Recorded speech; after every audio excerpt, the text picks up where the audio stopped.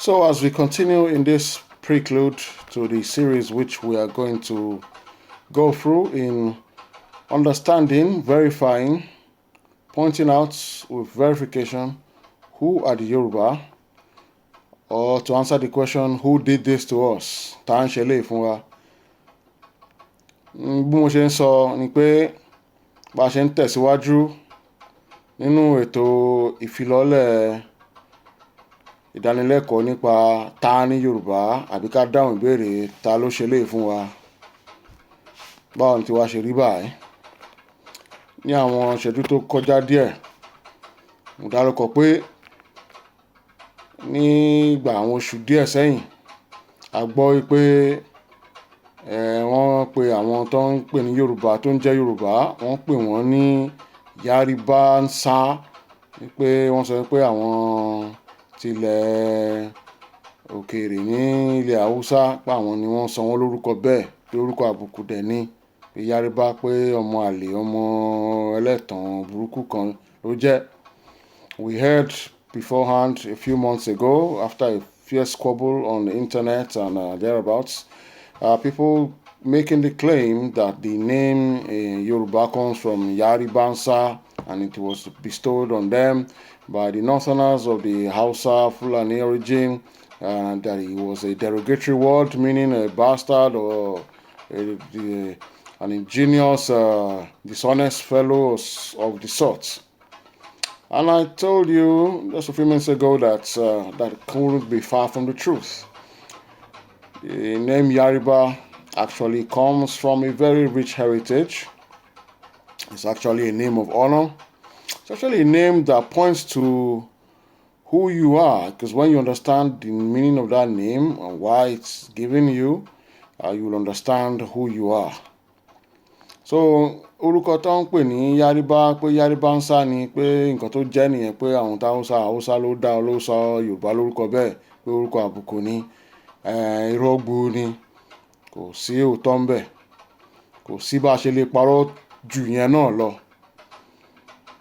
Ní bá ṣe pé àwọn Yorùbá ní Yorùbá tó ń sọ pé Yaribansa pé èébú ni, kò yàtọ̀ sí bí àwọn ará ilé wọn, àwọn ọ̀dọ́mọkùnrin ọmọ bàbá wọn tó kù ní ilẹ̀ aláwọ̀ dúdú wa yìí, pàápàá jùlọ ibi tán pín ní West Africa, àwọn yòókù wọn tí wọ́n yí orúkọ wọn náà padà.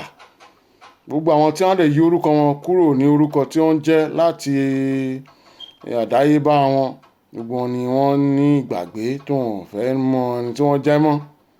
Oníkálùkù kan gba ìgbàkúgbà lórúkọ.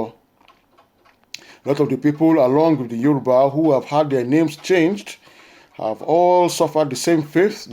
They've suffered the same fate and forgotten who they are. It has robbed them of their heritage, their identity, and they flounder a people without history. Okay, today, as we continue with this prelude series, who are the Yoruba, or who did this to us? At this moment, we will know.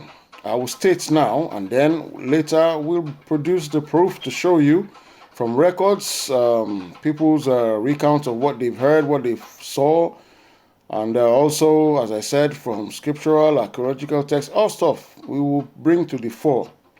Who are the Yoruba?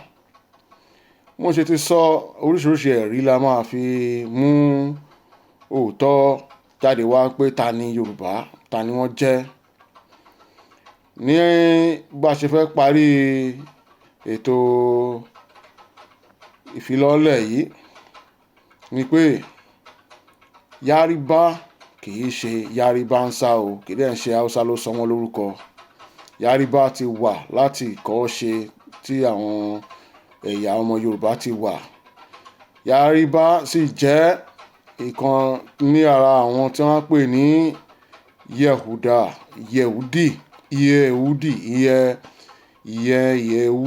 àwọn ọmọ Yehudi, àwọn ọmọ Yakobu, Israeli, àwọn ọmọ Abrahamu. Bẹ́ẹ̀ ni, ẹ̀yin lọmọ Israeli tó ń wà nínú àkọọ́lẹ̀ inú ìwé tó ń pè ní Israeli. Orúkọ yín pátápátá náà kọ́ nìyẹn, ẹ̀yin ní ẹ̀pẹ̀, ìyẹn ló di Hebrew. ìní ẹ̀bẹ̀ o